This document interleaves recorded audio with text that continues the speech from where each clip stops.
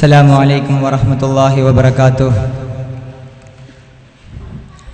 الحمد لله الحمد لله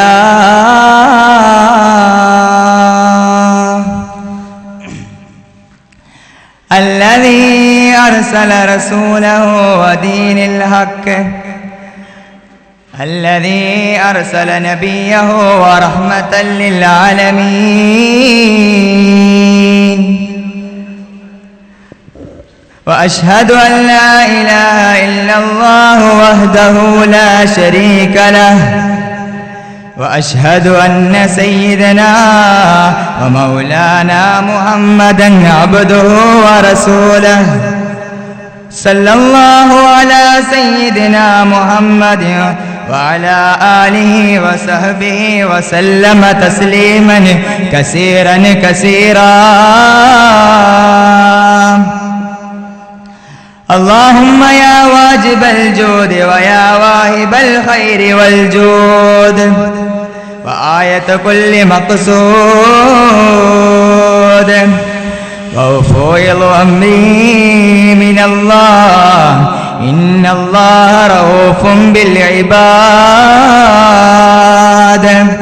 وفوض أمري من الله إن الله رؤوف بالعباد.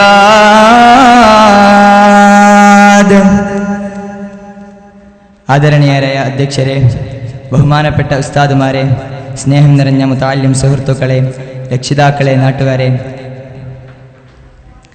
കാലത്തിന്റെ കാലച്ചുകൾ കാലേ കൂട്ടി കണ്ടറിഞ്ഞ് കാലത്തിന് പഠിപ്പിച്ചു കൊടുത്ത കാലത്തിന്റെ കാവലാളെ ഖൈറുൽ വറ ത്വാഹ മുഹമ്മദ് മുസ്തഫ സല്ലല്ലാഹു അലൈഹി വസല്ലം, ലോകത്തിന്റെ നേതാവായ കാരുണ്യക്കടലായ സ്നേഹത്തിന്റെ പ്രതീകമായ മുഹമ്മദ് മുസ്തഫ സല്ലല്ലാഹു അലൈഹി വസല്ലമയുടെ 1491 ജന്മദിനം ആഘോഷിക്കുന്ന ഈ വേളയിൽ മണ്ണറ മുതൽ മണിയറ വരെ എന്ന വിഷയത്തെ ആസ്പദമാക്കി രണ്ട് വാക്ക് പറയാൻ ഞാൻ ആഗ്രഹിക്കുന്നു.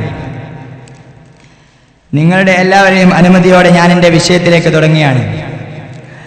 ഒരു മനുഷ്യന്റെ ജീവിതമെന്ത്, അവന്റെ ആയുസ്സിന്റെ ബലമെന്ത്, നാളെ നാം കടന്നു പോകേണ്ടത് എവിടേക്കാണ്, ആ പോകുന്ന ലോകത്തിന്റെ പ്രത്യേകത എന്താണ്, നാം അറിഞ്ഞതും നാം അറിയാത്തതും, ഞാൻ അറിഞ്ഞത് ചിലപ്പോൾ നിങ്ങൾ അറിഞ്ഞതും ഞാൻ അറിഞ്ഞത് ചിലപ്പോൾ നിങ്ങൾ അറിയാത്തതും, ചിലപ്പോൾ നിങ്ങൾ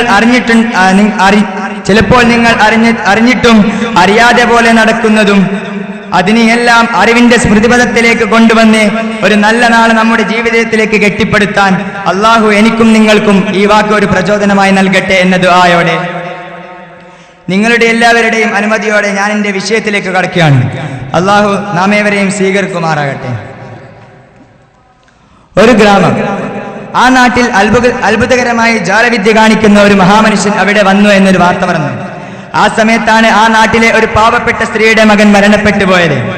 ജീവിതത്തിൽ പ്രതീക്ഷയോടെ വളർത്തിക്കൊണ്ടുവന്ന തന്റെ ഏക മകൻ മരണപ്പെട്ടു പോയത് കൈക്കുമ്പിളിൽ കിടക്കുമ്പോൾ അതിനോട് പൊരുത്തപ്പെടാൻ കഴിയാതെ പാവപ്പെട്ട മാതാവ് നിരകണ്ണുകളുമായിരിക്കുമ്പോൾ ആരോ പറഞ്ഞുവത്രേ, മഹാസിദ്ധിയുള്ള ഒരു മഹാമനുഷ്യൻ നമ്മുടെ നാട്ടിൽ വന്നെത്തിയിട്ടുണ്ടെന്ന്. അദ്ദേഹം ധാരാളം അത്ഭുത കർമ്മങ്ങൾ കാണിക്കുന്ന ആളായിരുന്നു. ധാരാളം അത്ഭുത സിദ്ധിയുള്ള ആ മനുഷ്യന്റെ മുൻപിൽ മരിച്ചുപോയ തന്റെ മകന്റെ മൃതദേഹം തന്റെ കൈക്കുമ്പിളിൽ താങ്ങിയെടുത്ത് ആ മാതാവ് ആ മനുഷ്യന്റെ മുന്നിൽ പോയി പറഞ്ഞു അത്രേ, ഓ മഹാത്മാവേ, ധാരാളം അത്ഭുതജാലകൾ നിങ്ങൾ കാണിക്കാറുണ്ടല്ലോ. അങ്ങനെ അത്ഭുതകരമായ സിദ്ധി നിങ്ങൾക്കുണ്ടെങ്കിൽ എന്റെ മരണപ്പെട്ടു പോയ മോനെ നിങ്ങൾ ഒന്ന് ജീവിപ്പിച്ചു തരുമോ? എന്റെ മരണപ്പെട്ടു പോയ മോനെ നിങ്ങൾ ഒന്ന് ജീവിപ്പിച്ചു തരുമോ? അത് കേട്ടപ്പോൾ ആ മഹാനായ മനുഷ്യൻ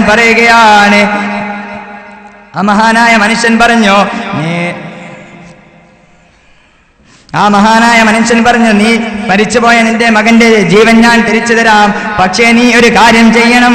ഈ ഗ്രാമത്തിലുള്ള എല്ലാ വീടുകളിലും പോവുക, അവിടെ പോയി കുറെ കടുകുമണികൾ ശേഖരിച്ചു കൊണ്ടുവരിക. പക്ഷേ നീ കടുകുമണികൾ ശേഖരിക്കുന്ന വീട് ഇതേവരെ ഒരു മരണം പോലും സംഭവിക്കാത്ത വീടായിരിക്കണം.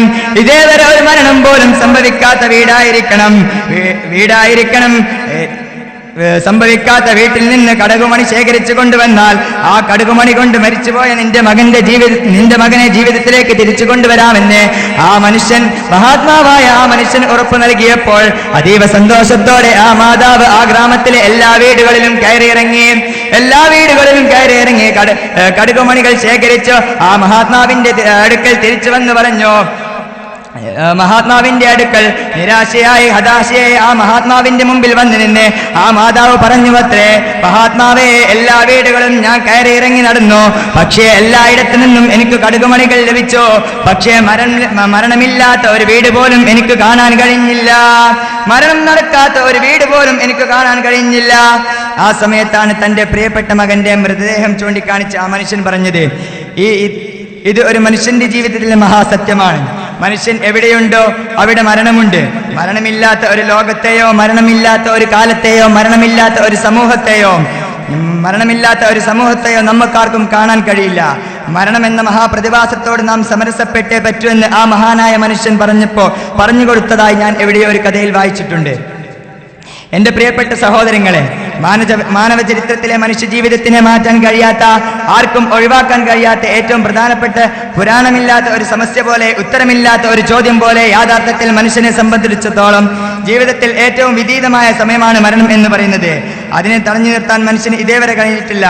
മരണത്തോടുകൂടി അവസാനിച്ചു പോകുന്ന ഒരു ലോകത്താണ് നാം ജീവിച്ചിരിക്കുന്നത് എന്ന് തീരുമാനിക്കുന്ന, മരിച്ചു കഴിഞ്ഞാൽ മണ്ണിന്റെ അടിയിലേക്ക് കടന്നു പോകുന്ന ജീവിതമാണ് നമ്മുടെ ജീവിതം എന്ന് ഓർക്കാൻ കഴിയുന്ന ഒരു മനുഷ്യനാണ് നീതിയുടെയും സത്യത്തിന്റെയും ധർമ്മത്തിന്റെയും ഒക്കെ പാതയിൽ നിൽക്കാൻ കഴിയുന്നത് എന്ന് മഹാന്മാരായ ഉപദേശങ്ങൾ നമ്മോട് പറഞ്ഞു തന്നത്. മനുഷ്യന്റെ ജീവിതത്തിൽ ഏറ്റവും പ്രധാനപ്പെട്ട, അവന് മറക്കാൻ കഴിയാത്ത, അവന് നടന്നു പോകേണ്ട ഏതൊരു മനുഷ്യന്റെയും അവന്റെ ജീവിതത്തിൽ തടുത്തു നിർത്താൻ കഴിയാത്ത മരണം കടന്നു വന്നു കഴിഞ്ഞാൽ അവന്റെ നാട്ടുകാരും വീട്ടുകാരും കൂട്ടുകാരും കബറിൽ വെച്ച് തിരിച്ചു പോയാൽ ഇമാം ബുഖാരി ഉദ്ധരിക്കുന്ന ഒരു സഹീഹായ ഹദീസാണ്, മുൻകർ നക്കീറും വരുന്നതിന് മുമ്പ് കബറിലേക്ക് ഒരു മലക്ക് കടന്നു വരുമത്രേ. ആ മലക്കിന്റെ പേരാണ് ഇസ്മുഹു റഹ്മാൻ. ആ മലക്കിന്റെ പേരാണ് റഹ്മാൻ എന്ന്. ആ മലക്കിന്റെ ജോലി എന്താണ്? മുൻകർ നക്കീറും വരുന്നതിന് മുമ്പ് കബറിലേക്ക് മലക്ക് കടന്നു വന്ന് മയ്യത്ത് കൊണ്ടുപോയി വെച്ച് കഴിഞ്ഞാൽ ആ മലക്കിന്റെ പേര് ഇസ്മുഹു റഹ്മാൻ, മലക്കിന്റെ പേര് റഹ്മാൻ എന്നാണ്. റഹ്മാൻ എന്ന മലക്കിന്റെ ജോലി എന്താ? റഹ്മാൻ എന്ന മലക്ക് ഒരു വല്ലാത്ത ജോലി ചെയ്യിപ്പിക്കുമത്രേ. അള്ളാഹു റഹ്മാൻ എന്ന മലക്ക് ഖബറിൽ വെച്ച് ചോദ്യം ചെയ്യുമ്പോൾ നല്ലത് മാത്രം എഴുതാൻ അള്ളാഹു നമുക്ക് തൗഫീഖ് നൽകുമാറാകട്ടെ. ഇത്രയുമാണ് ഞാൻ എൻ്റെ വാക്കുകൾ വിരാമർക്കുന്നു. അൽഹംദുലില്ലാഹി റബ്ബിൽ ആലമീൻ.